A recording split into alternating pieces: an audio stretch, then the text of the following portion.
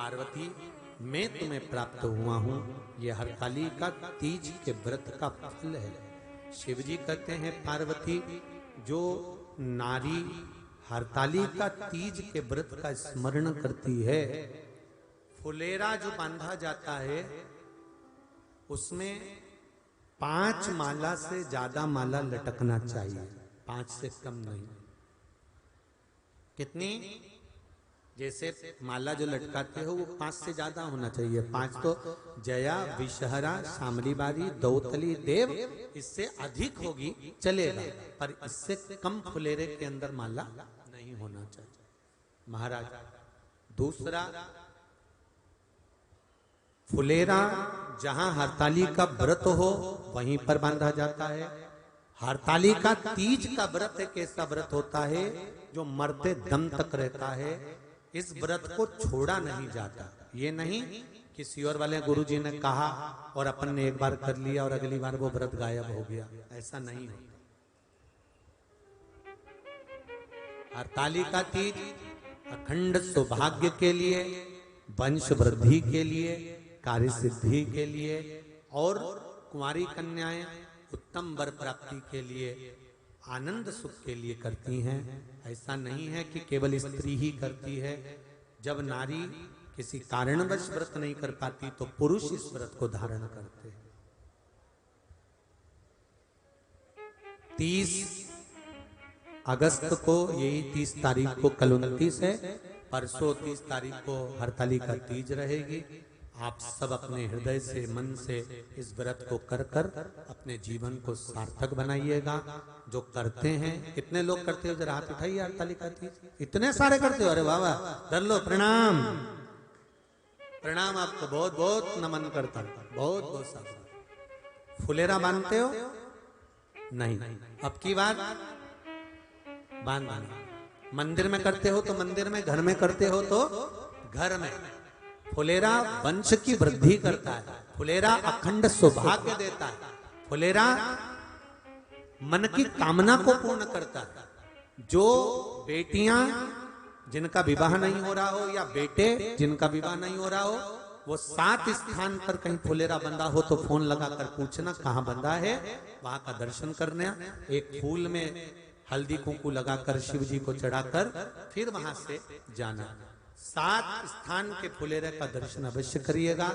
जो व्रत नहीं करते हैं उनसे निवेदन है, कहीं हरतालिका हो रही हो तो वहां बैठकर अगर भजन हो रहे हो तो थोड़ी देर भजन गाने चले जाना।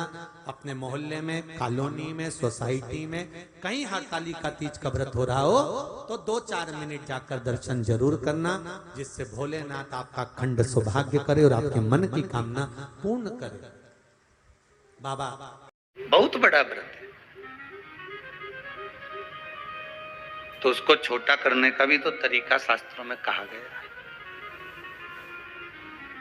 गुरुजी, हरतालिका तीज का व्रत इतना भारी होता है, करवा चौथ का व्रत इतना भारी होता है, तीज का व्रत इतना भारी होता है कि हम कुछ भी नहीं खाते, यहां तक कि मुख में जल भी आता है ना तो उसको भी हम निगल नहीं सकते।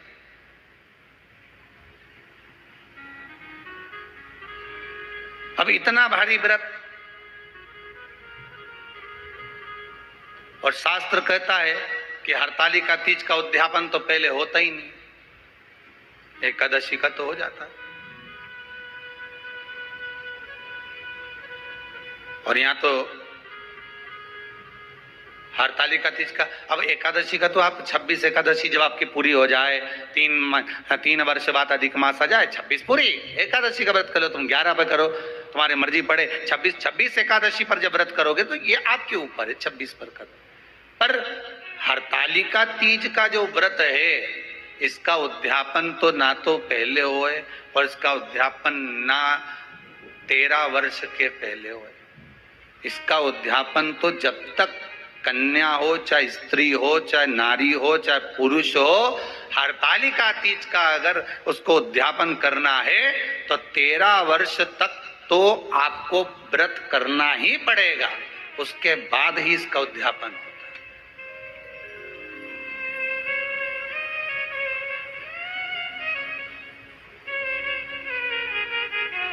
नहीं तो कहीं कहीं की माताएं तो बड़ी होशियार सोच के बैठी थी कि अब की साल उद्यापन कर। तो 13 वर्ष अगर आपके हो गए व्रत करते करते हरतालिका तीज का, हरतालिका तीज जानते हो ना?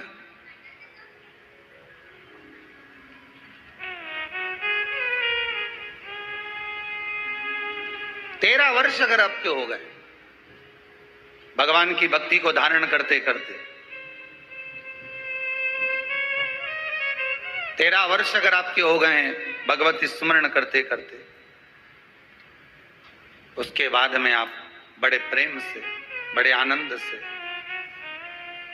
आप व्रत का उद्यापन करो, कोई मना नहीं। पर यदि आप उद्यापन कर रहे हो और आपका मन है कि मुझे उद्यापन करना ही है, तो 13 वर्ष तक जिस भाव से आप भगवान का व्रत कर रहे हो, साधना कर रहे हो, स्मरण कर रहे हो, उसी भाव से आप उसको करें।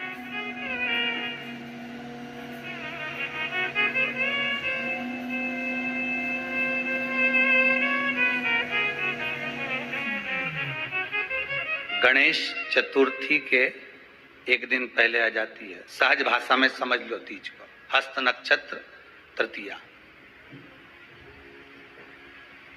उसमें सबसे ज्यादा जरूरी है हरतालिका तीज का पूजन अगर आप कर रहे हो और हरतालिका तीज का अगर आप स्मरण कर रहे हो, तो उसमें सबसे ज्यादा अगर कोई जरूरी है तो शंकर भगवान जहां विराजमान होते हैं उनके ऊपर उनकी 5 कन्याओं का होना जरूरी है। मतलब ऊपर फुलेरा बंधना जरूरी। फुलेरा का मतलब जानते हो?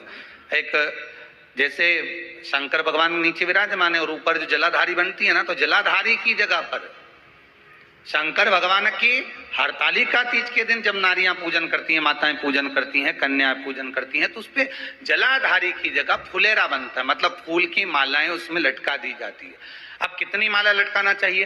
प्रयास करना चाहिए कम से कम 5 माला उसमें होना जरूरी है, और 5 से ज्यादा भी लटकाओगे चलेगा, पर 5 से कम नहीं होना चाहिए फुलेरा। 5 कौन कौन है ये? जया, विषहरा, सामरीवारी, दौतली, देव। शंकर भगवान की 5 बेटी। इससे अधिक अगर आप लटका रहे हो तो शंकर भगवान की और भी बेटियों का व्याख्यान है। मनसा है, अशोक सुंदरी है, ये शंकर भगवान की पुत्रियां। नर्मदा जी का स्मरण आ जाता है, नर्मदा है। तो ऐसा बेटियों का तो आप ज्यादा लटकाओगे चले जाएगा, पर कम नहीं। जैसे हरतालिका तीज का जो उद्यापन होता है, उद्यापन में एक सबसे मुख्य चीज क्या होती है कि जो भी आप वस्तु दान दे रहे हैं, जो भी आप वस्तु समर्पित कर रहे हैं, हरतालिका तीज के उद्यापन में जो भी सामग्री आप दे रहे हैं वो 5 होना चाहिए। जैसे फुलेरा का वर्णन किया कि फुलेरा 5 माला से ज्यादा होगा चलेगा, पर 5 से कम, अधिकता में।